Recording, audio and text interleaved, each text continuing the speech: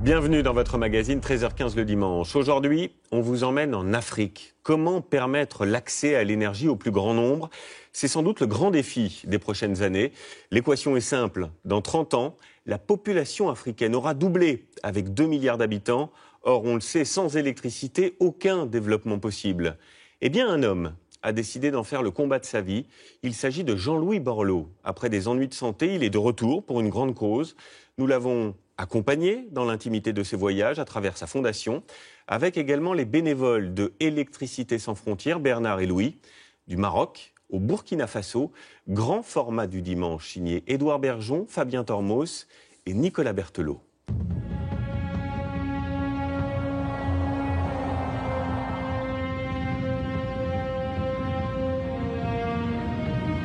Pour nous, l'Afrique, c'est le sujet du siècle. 75% n'a pas d'accès à la lumière.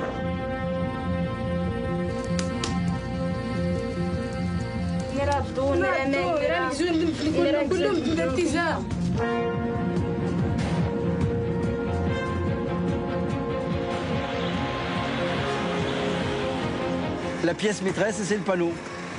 C'est la source d'énergie qui permet d'avoir de l'électricité à l'autre bout de la chaîne.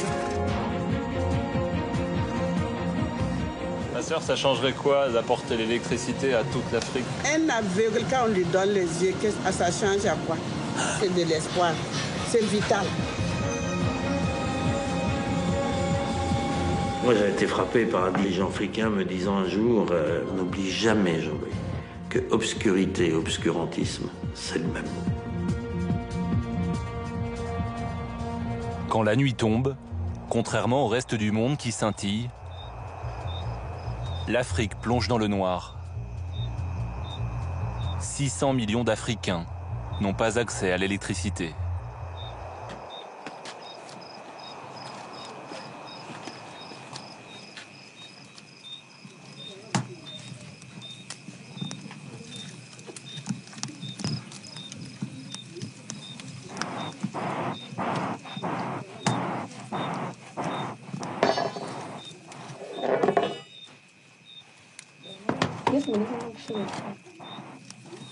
Dans le petit village berbère de Tirirne, sur les hauteurs de l'Atlas, les femmes cuisinent comme il y a des siècles.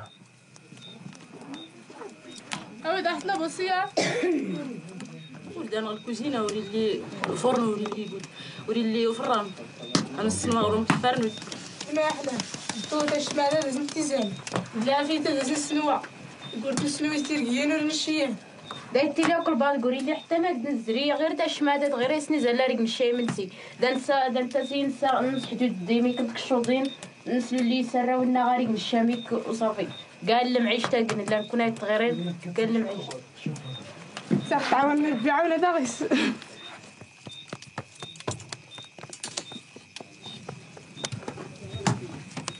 قال المعيش تنعيش وردان غير ما قد الذكرى ولا حتى الغاد اسمع شي اخلا قال لهم عيشتو اخلا يخصها الضوء صد ادم غير الضوء انا غير زين نشبه شويه. Sans électricité, les femmes passent tout leur temps aux tâches ménagères, au détriment de l'alphabétisation. ونسيني طاربت ونسيني حتى والو نقلب حتى كينيت كلشي الدراري ورغرين ها قال لحالو خلا وراه نتفرج نزر اريك الشامي كيوان ما لحفن نقل.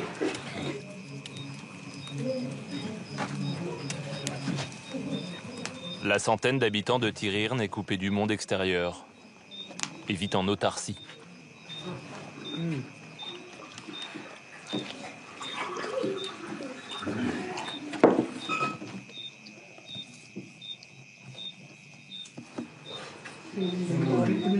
لازم تزال غادي زرين غادا لا لا تنسى غا وقت اللي تشمات نسر تشمات زندار غير لك رانا ندي نحتكرا نسى غا تشمات نسر غنقرا غنتوفات غادا إلا يا تشمات غانا إلا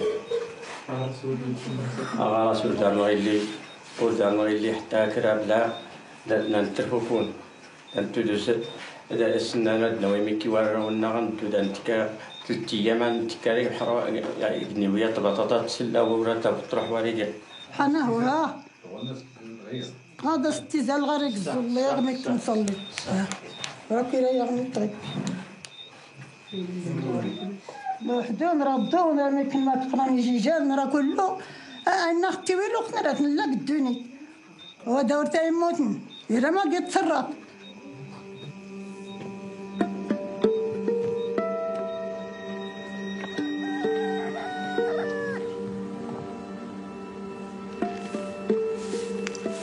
Les femmes assument les corvées à la force des bras. Seule source d'énergie, le bois de chauffe, qui ronge chaque année 100 000 hectares de forêt. Tirir ne se réveille encore dans l'ombre et attend, comme toute l'Afrique, d'enclencher la marche vers la lumière.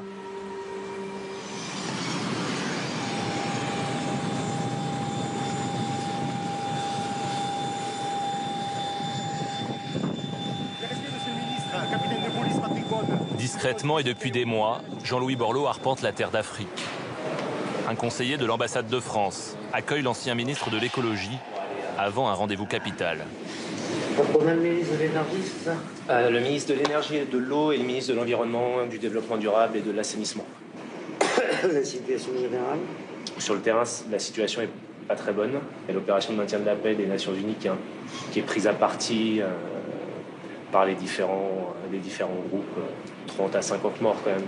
Donc ce qui n'est pas négligeable, c'est quand même pas négligeable. C'est important de s'informer de la situation géopolitique d'un pays à l'autre?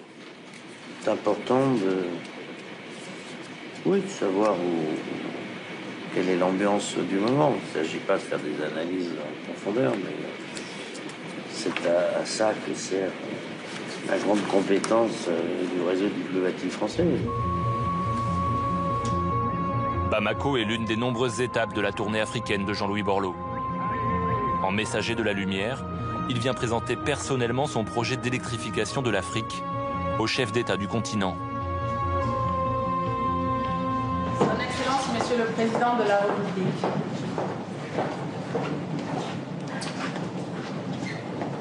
Monsieur le ministre d'État, soyez le bienvenu enfin. Monsieur le Président. Mais ça va, c'est beau, c'est sobre, c'est élégant. Jean-Louis Borloo vient convaincre Ibrahim Boubacar Keïta d'adhérer au projet et d'en être l'un des acteurs majeurs en Afrique de l'Ouest. En 50 minutes, l'affaire est entendue.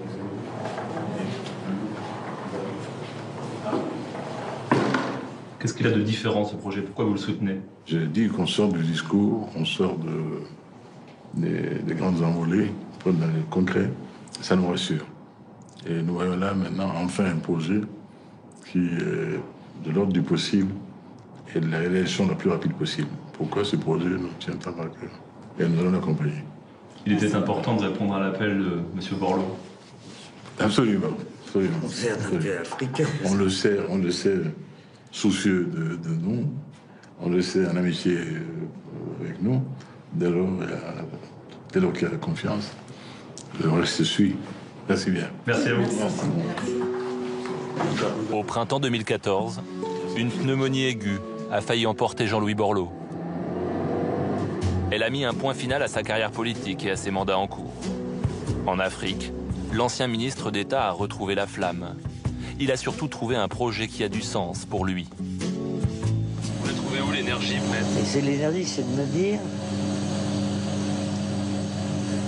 au-delà du fait que l'électricité c'est vital, bon, mais qu'on peut le faire vraiment. Il suffit juste qu'on veut, qu'on s'organise, qu'on se respecte, qu'on pose les bonnes questions et donc les bonnes réponses. Parce que vous êtes passé pas loin, que vous avez retrouvé une autre forme d'énergie ou une autre vision de la politique ou du monde? Non, non, non, mais ce qui est vrai, c'est que le fait d'avoir été franchement, gravement malade, ça m'a permis de revenir un peu plus à moi, c'est-à-dire à ma famille, c'est-à-dire à mes amis les plus proches, et vraiment à essayer de faire des choses qui sont absolument indispensables. Voilà. Faire un peu le tri. Mais j'ai toujours aimé faire des projets. Le grand projet que défend Jean-Louis Borloo permettrait aux ONG présentes en Afrique depuis des décennies d'apporter l'électricité à grande échelle.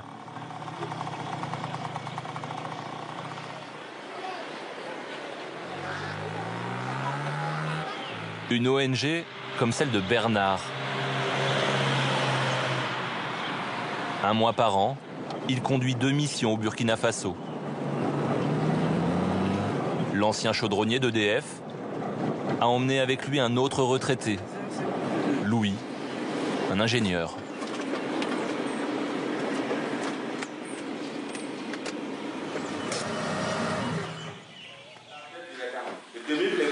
Comment on peut calculer la surface? C'est ça, non? Tout le monde. C'est A, c'est B, c'est C ou c'est B. Bernard et Louis sont bénévoles pour Électriciens sans frontières. Bonjour. C'est moi-même le directeur. Ah, c'est voilà. Oui, ça va bien. C'est très bien. Il y a combien d'instituteurs ici? On est 6. 6. Il y a combien de logements? 3 et 4 logements. 4 logements. Est-ce que vos collègues ont l'électricité? Non, non, il n'y a pas d'électricité. C'est important quand on est instituteur d'avoir l'électricité? Ça apporte quoi? C'est très important parce que avec ça, nous on prépare le cours et puis on bosse pour les élèves. Dans la soirée, si on a quelque chose à faire, on est là. Comme il n'y a pas d'électricité ici, je suis arrivé cette année, peut-être même l'année prochaine, je risque d'aller vers la ville. Peut-être une bonne nouvelle. On va venir électrifier ces 4 maisons. C'est... Bon, merci beaucoup. Ça aurait dû être l'an prochain. Merci. Tant mieux, tu gagneras une année. Si ça vient, moi je ne peux plus rentrer encore à Timbuktu. Depuis 30 ans, Électriciens sans frontières envoie ses 1000 bénévoles en Afrique pour monter des micro-projets financés par des donateurs français. Ils ont apporté l'électricité à 3,5 millions d'Africains dans les zones rurales. Comme souvent, l'installation commence par l'école. Tu vises là-dessus, hein, et comme ça, par rapport au soleil. Voilà, effectivement. D'accord, ok. Le sud? Tu lèves là. Oui. Oui. Donc quand on met comme ça, pendant qu'on lève là, c'est bon. L'ombre, elle ne gênera pas l'ombre de l'arbre. Non, non, non. Hein, le soleil sera plus haut. L'ombre comme ça. Donc, je tiens. La pièce maîtresse, c'est le panneau. C'est la source d'énergie qui permet d'avoir de l'électricité à l'autre bout de la chaîne. Électrifier une salle de classe, c'est 1 000 €. Ça y est, les 4 lampes sont déjà là. Sur le chantier, Bernard officie comme contremaître. C'est lui qui a monté le projet. Électriciens sans frontières s'appuie toujours sur des entreprises locales pour le montage, qui fournissent aussi le matériel.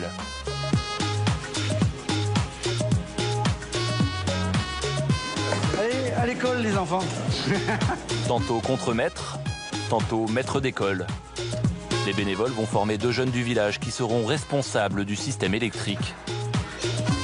Le jour, tu as le soleil, le panneau qui a été mis sur le toit, il passe à travers l'appareil qu'ils ont mis ici, qui s'appelle un régulateur, et il va recharger la batterie. Au bout d'un moment, la petite lampe, là, elle va passer jaune. Quand elle passe jaune, il faut que tu arrêtes 2 lampes, de façon à ne pas abîmer la batterie. Et puis pouvoir avoir de l'électricité un peu plus longtemps. Vous avez compris tout ce qu'on a pu vous dire Ouais. Vous vous sentez en forme pour exploiter cette station de recharge là-bas? Donc ça, c'est pour dire que vous avez bien travaillé pendant 2 jours avec nous. Tu mets une signature ici. Bon courage, bonne exploitation de votre installation là-bas. Félicitations. Félicitations. C'est un bon travail pour vous? ça nous donne quelque chose, ça nous apporte quelque chose. Ça nous permet de brancher nos appareils aussi. Et ça permet à nos frères de bien étudier. Je suis content, je suis fier.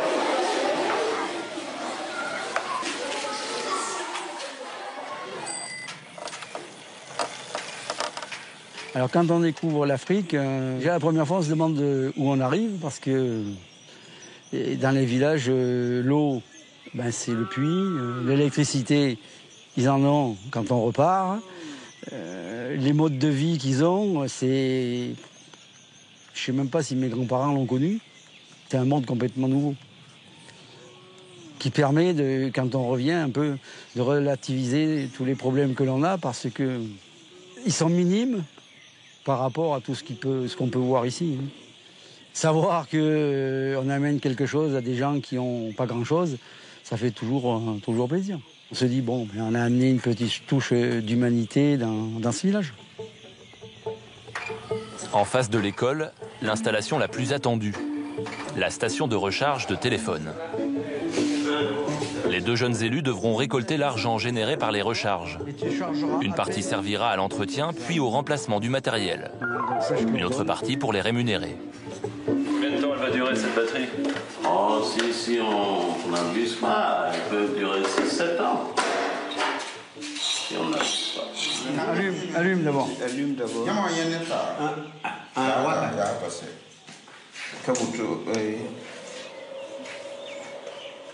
Puis tu le poses sur la batterie. Pose-le sur la batterie en bas, ouais. C'est bon. Elle recharge le téléphone.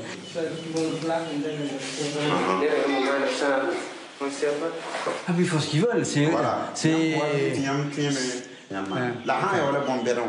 Nous, on a dit 100 francs parce que l'autre jour à l'Algaï, à Coupéla, quand tu faisais recharger ton téléphone, c'était 100 francs. Alors c'est pour ça qu'on disait 100 francs. Mais si, et là, il faut vous mettre... Après, c'est du commerce. Hein. Mais c'est que la masse est difficile. Mais c'est nos piscis. Ça me tient à la piscine. Voilà. Mais là, il est piscine, oui. Voilà. Ça carrément, ça, c'est la 250. Bah, lui qui donne un cahier de monter à rien. Mais Bernard, est-ce que peut charger la batterie de moto là? Les batteries de voiture, il ne faut pas les mettre. Mais nous, on a fait quelque chose pour que ce soit les batteries de téléphone que vous fassiez, puisque on sait que vous partez tous les jours avec votre mobilette pour faire recharger votre téléphone. Nous, on est resté dans ce domaine-là. Il n'y a pas 3 minutes que c'est branché. Et là, ils vont aller chercher des multiprises, et je suis sûr que dès que la salle de classe est ouverte et qu'ils ramènent 2 tables, ce soir, il y a une dizaine de téléphones qui rechargent. C'est une attente forte dans chaque village. C'est eux deux qui sont responsables de cette station de recharge de batterie, et c'est à eux de bien l'exploiter, de faire en sorte que personne, même le conseiller là, tu lui dis, même le conseiller. Il y a même Jacques Mbouno, Manga, voilà. Il y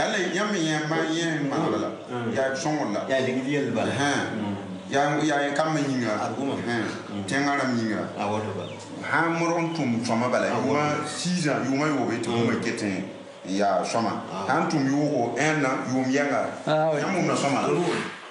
et tu lui dis 4 mots, il dure un quart d'heure.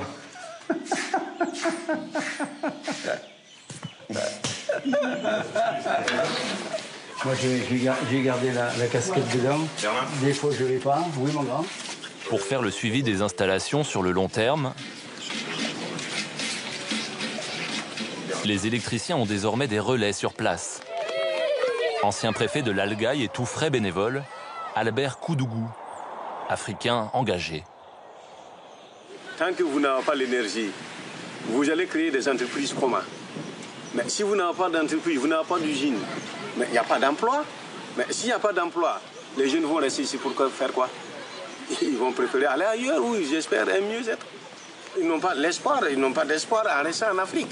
Leur espoir, c'est l'Europe. Voilà. Quitte à franchir la Méditerranée. Ah oui, mais justement au prix de leur vie. Récemment, il y a une semaine, on me parlait de 9000 morts. Mais c'est compliqué. Et quand moi je vois ça, et je pense que tout le monde, ça fait un pincement au corps. On n'est pas content. Alors et voilà pourquoi on veut forcément qu'on développe l'énergie au niveau de l'Afrique. Moi je pense que ce que l'Europe peut faire pour les Africains, c'est justement créer des fonds qui boostent le développement. C'est ce que fait Jean-Louis Borloo. Oui, oui, justement, c'est une initiative louable. Je suis très content de Jean-Louis Borloo parce que ça, il a libéré son génie créateur pour des choses comme ça. Vous êtes confiant? Je suis confiant de ce que j'ai dit. Parce que je suis burkinabé, je vis ici et je suis africain. Je suis très confiant.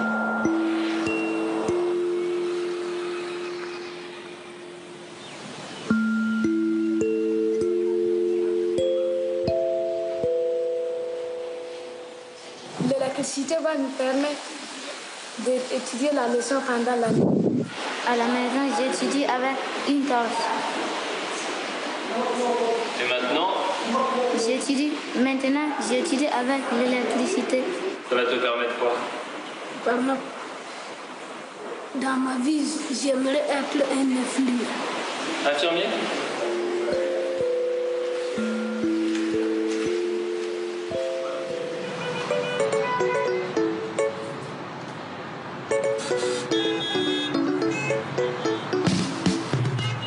Ce grand projet d'énergie pour l'Afrique repose sur une fondation créée pour la cause, dont le président est Jean-Louis Borloo. De passage quelques heures à Paris, Ça, c'est l'ambassadeur de France à Harare, au Zimbabwe. avant une nouvelle tournée africaine. Il se cale pas tout seul tous ces déplacements? Non, il se cale pas tout seul, tous ces déplacements. Comment on travaille avec M. Borloo? On travaille bien, on travaille beaucoup, et quand même dans la bonne humeur, ce qui est essentiel.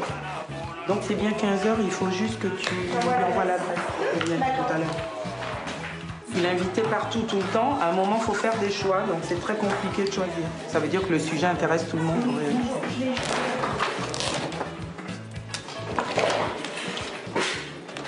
Qui finance cette fondation? Moi, j'ai appelé quelques amis et quelques grands patrons d'entreprises en disant, voilà, stratégiquement, l'avenir, on ne peut pas se passer d'un continent, c'est votre avenir, qui m'ont tous spontanément dit, ça va être difficile, mais on va t'aider, comment on peut t'aider? Donc ils financent les locaux qui sont ici, les billets d'avion, l'aide aussi du réseau diplomatique français, hein, avec le soutien du président d'ailleurs, le président de la République.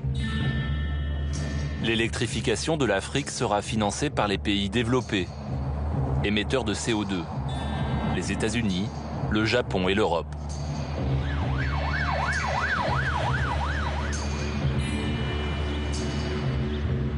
« 50 milliards d'euros de subventions avaient déjà été votés en 2009 lors de la conférence climat de Copenhague. Mais dans la réalité, rien n'a été fait. Jean-Louis Borloo relance aujourd'hui la machine. L'enjeu est la création d'une agence africaine pour l'électrification, avec un Africain à sa tête. On va le faire, on va y arriver. Ouais, j'espère. On va y arriver. Non, vous avez de très bonnes idées pour nous. Comment ça va, monsieur le ministre? Ça va bien, ça va. Un des pays à convaincre, le Rwanda, qui a envoyé un de ses émissaires. Moi, mon combat, c'est ce que je vous ai dit, c'est il faut faire rentrer le truc. Je coordonne. Si à mon nom, monsieur Borloo, je vais parler avec le président rwandais. Attendez, je vous mets mon numéro personnel. C'est une opération séduction permanente? Conviction.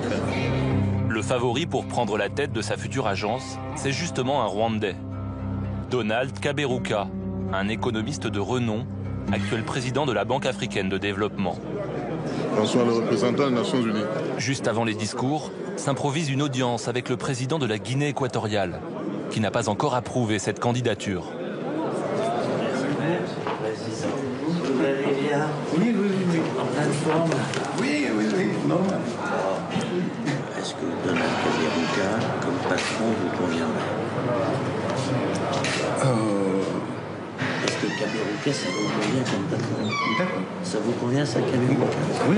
Je peux lui dire que ça vous convient? Oui. Comme ça, il fait l'unanimité. D'accord.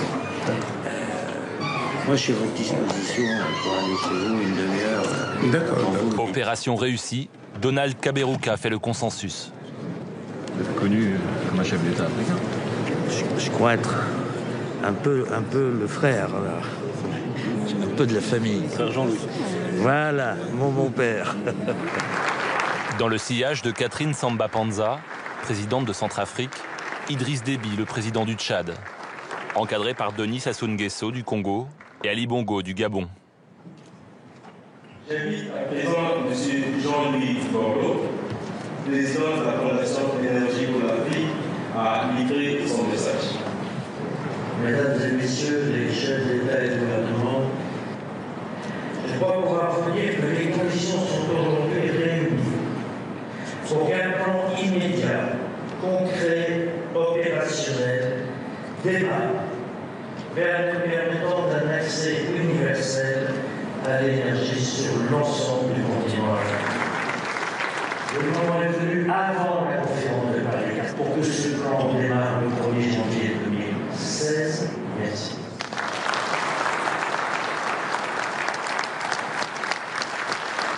Nous lui disons merci de tout cœur et nous lui disons aussi que nous le menons sur parole et nous sommes de...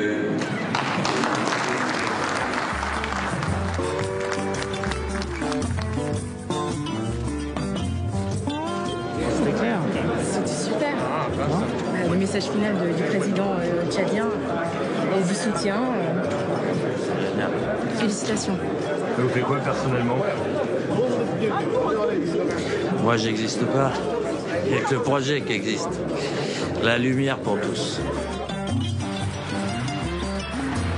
Fort du soutien des 10 chefs d'État d'Afrique centrale, Jean-Louis Borloo continue sa tournée. Dans 3 heures, il sera à Yaoundé pour une audience avec le président camerounais.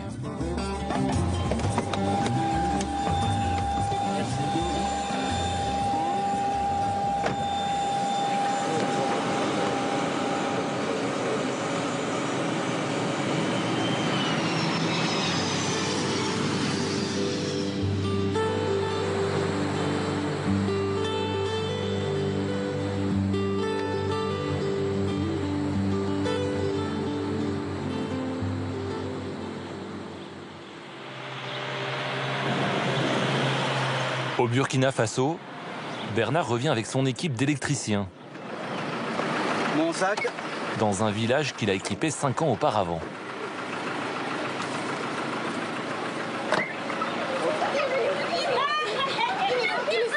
Les petits commencent à accourir déjà. Regarde. Bonjour. Ah voilà le prince. Bonjour, bonjour. Ils sont accueillis par le prince de Simba. Bonjour. Bonjour. Monsieur le prince, vous allez bien? Oui. Oui. En forme? Ouais. Non, on va aider de...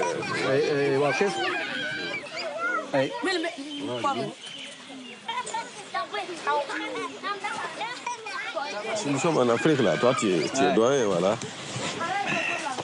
Ok. Donc on est revenu vous voir pour savoir où en étaient un peu nos installations qu'on avait fait en 2010.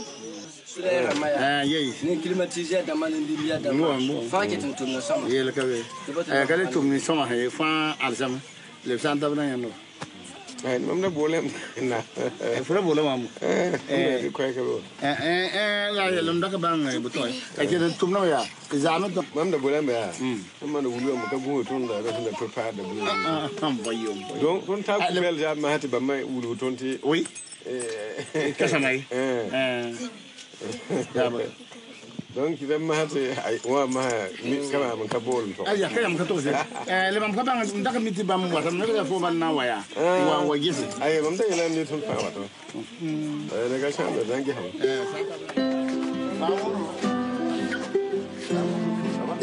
Il est difficile de dire combien Simba compte d'habitants. Le dernier recensement, il y a une dizaine d'années, faisait état d'environ 2000 personnes. Mais au rythme où vont les naissances, il y aurait bien 1000 enfants de plus aujourd'hui. À la maternité, électrifiée il y a 5 ans par Bernard, les accoucheuses ont mis au monde 2 bébés cette nuit. Le dernier né n'a pas encore 4 heures.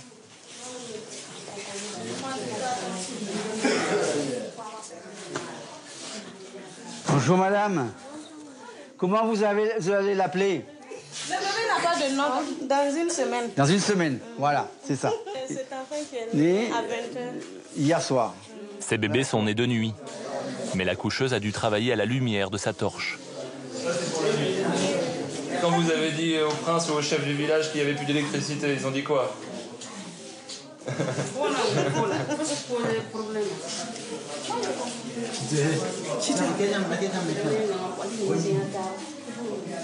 Comment on la tenait, la lampe? La lampe, c'est la vieille là qui tenait ça. Ah, d'accord. Ah, heureusement qu'ils viennent en famille. Dans une année, il y a combien d'accouchements? Entre 15 et 17 par mois? Dans les 200 accouchements à l'année, ça? Ah ouais. Et sur les 200, il y en a combien qui sont la nuit? La nuit. Oui. C'est trop de... La nuit, c'est trop. La plupart des accouchements, là, c'est la nuit. Ah, il y a 95% qui se font de nuit. Ah, elle n'a pas la lampe. Si, on va se débrouiller avec le téléphone. Elle clignote à peine, à peine, à peine. Si ça se trouve, ils ne sont pas nettoyés, les panneaux non plus. Donc ici... Non, c'est propre tout. Hein. Le panneau sur le toit, parce que s'il est complètement gris, recouvert de poussière, c'est normal que là, ça clignote pas, tu comprends? Et est-ce qu'il y a quelqu'un qui monte de temps en temps sur le toit pour enlever la poussière sur le panneau? Ça n'a jamais été nettoyé. Vous avez laissé une échelle? Eh ben, et ici, ils n'ont pas d'électricité parce que le panneau n'est pas nettoyé depuis combien de temps? Un an et demi?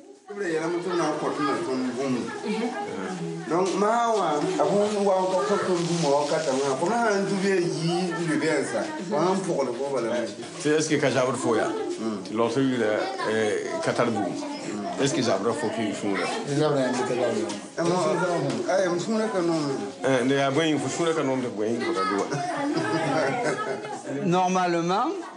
Normalement, vous deviez être payé par la station de recharge de batterie. C'est elle qui était la source de revenus. Et c'est vous qui l'exploitiez. Donc, qu'est-ce que vous avez fait de... Le jeune qui avait la responsabilité de la station de recharge semble gêné sous le regard du prince. Initialement située sur la place du marché du village, pour que toute la population en profite, l'installation a été déplacée. Les batteries et le panneau solaire équipent désormais la maison du prince. C'est ce qu'on appelle le fait du prince.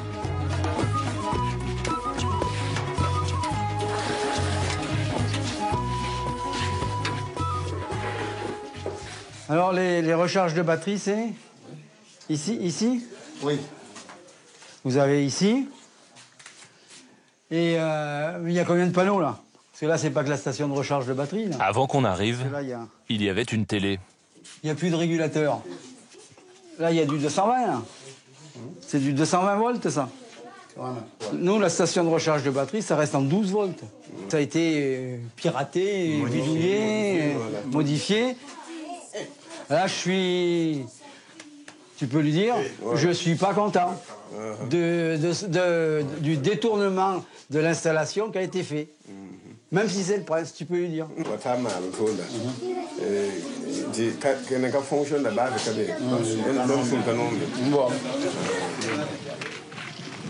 Voilà, bon. On refera pas le monde. Heureusement pour Bernard, ça ne se passe pas souvent de la sorte. Demandez la route au chef. Dans quelques mois, une fois de nouveaux fonds collectés en France, les électriciens bénévoles reviendront à la maternité de Simba pour installer des batteries neuves et former de nouveaux responsables. Le chemin vers la lumière est parfois chaotique.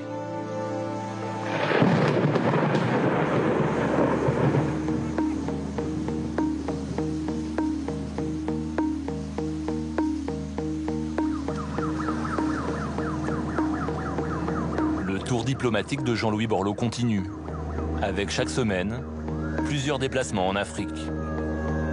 L'objectif, que son plan lumière soit ficelé pour la conférence climat de Paris en décembre. En 9 mois, le messager de la lumière a rencontré 41 chefs d'État, 200 ministres et parcouru 450 000 km, soit plus de 10 tours du monde.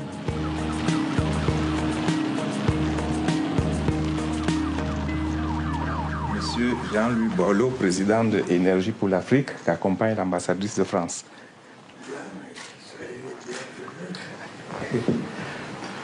Monsieur le ministre, Comment vous allez?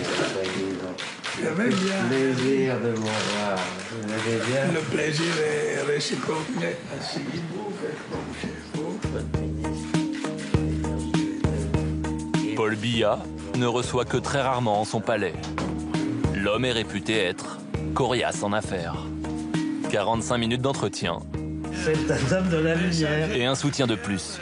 On vous donne là quelque chose qui est le symbole de la transmission de la communication. En tout cas, je pense que nous nous reverrons. Bon retour, Merci, bon Monsieur voyage. le Président. Combien de chefs d'État là? 37, 8, je sais plus. 37 accords. Oui, enfin, soutien affirmé. Oui, oui, bien. Mais si vous voulez, c'est pas, une fois plus, c'est pas mon projet, c'est le leur. Mais je fais que de la coordination pour compte de chefs d'État africains en réalité. Et difficile hein, de diriger des pays qui connaissent de telles croissances démographiques. C'est extrêmement difficile. D'ici à 2050, la population africaine va doubler, passant de 1 à 2 milliards.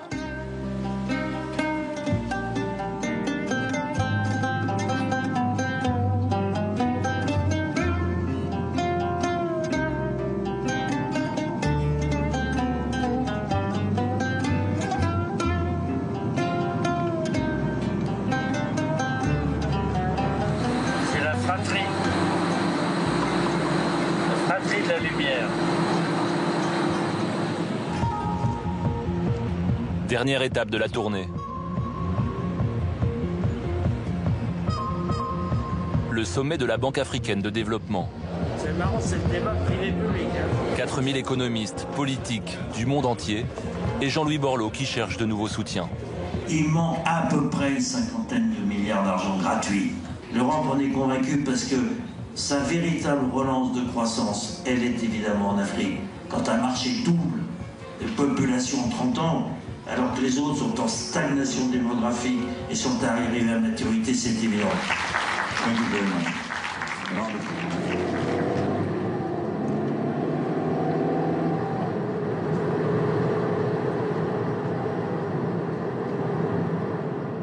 On ressent quoi à la fin d'une journée comme celle-ci? C'est une forme d'impression un peu comme la lumière, là, vous voyez. C'est entre deux. Il y a quand même un peu de pénombre parce que c'est pas sûr finalement que le soleil se lève tout à fait. Un sentiment que tout ça est de la porcelaine, que c'est un enthousiasme fragile et que à la moindre faute ou moindre malentendu, à la moindre incompréhension, il peut y avoir le détail qui tue. Ce que je me dis, c'est que de toute façon, l'état d'esprit, la machine est irréversible. Et si c'est pas là, cette année, comme ça ou avec moi, ça se fera autrement plus tard avec d'autres. Mais je peux me tromper, mais je crois ça profondément.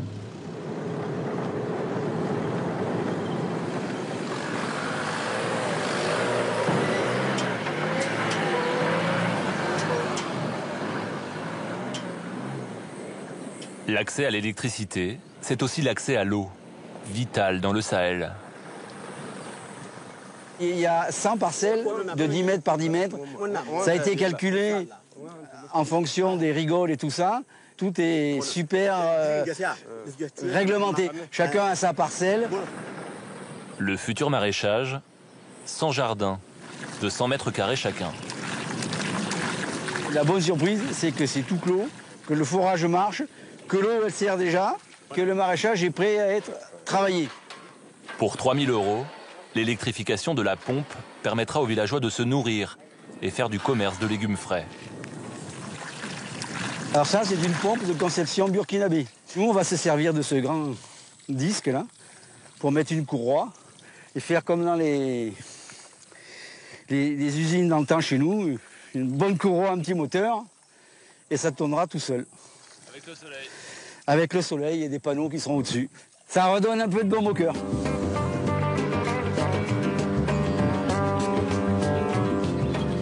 retourne dans ce sens. Hop. Voilà, c'est bon là. Il va falloir tirer, mais par l'autre côté là. Voilà. Ah, il va tirer le camion. Avec l'échelle. Ah, de l'autre côté, comme moi là. Regarde, elle est sérieuse. Allez. Vous pensez quoi du projet de la Fondation Jean-Louis Borloo? Un grand projet d'électrification de l'Afrique, c'est quelque chose qui permettrait à beaucoup de gens de rester ici. Hein. Parce que combien on en croise qui nous disent on veut repartir avec vous.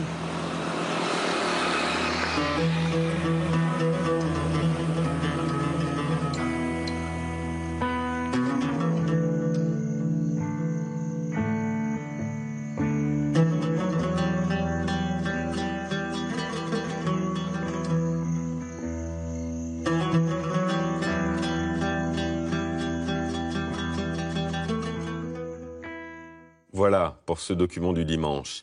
Tout de suite, c'est la météo, Tania Youm, puis le point route et vivement dimanche. Michel Drucker reçoit aujourd'hui David Pujadas. À ce soir, 20h pour l'info.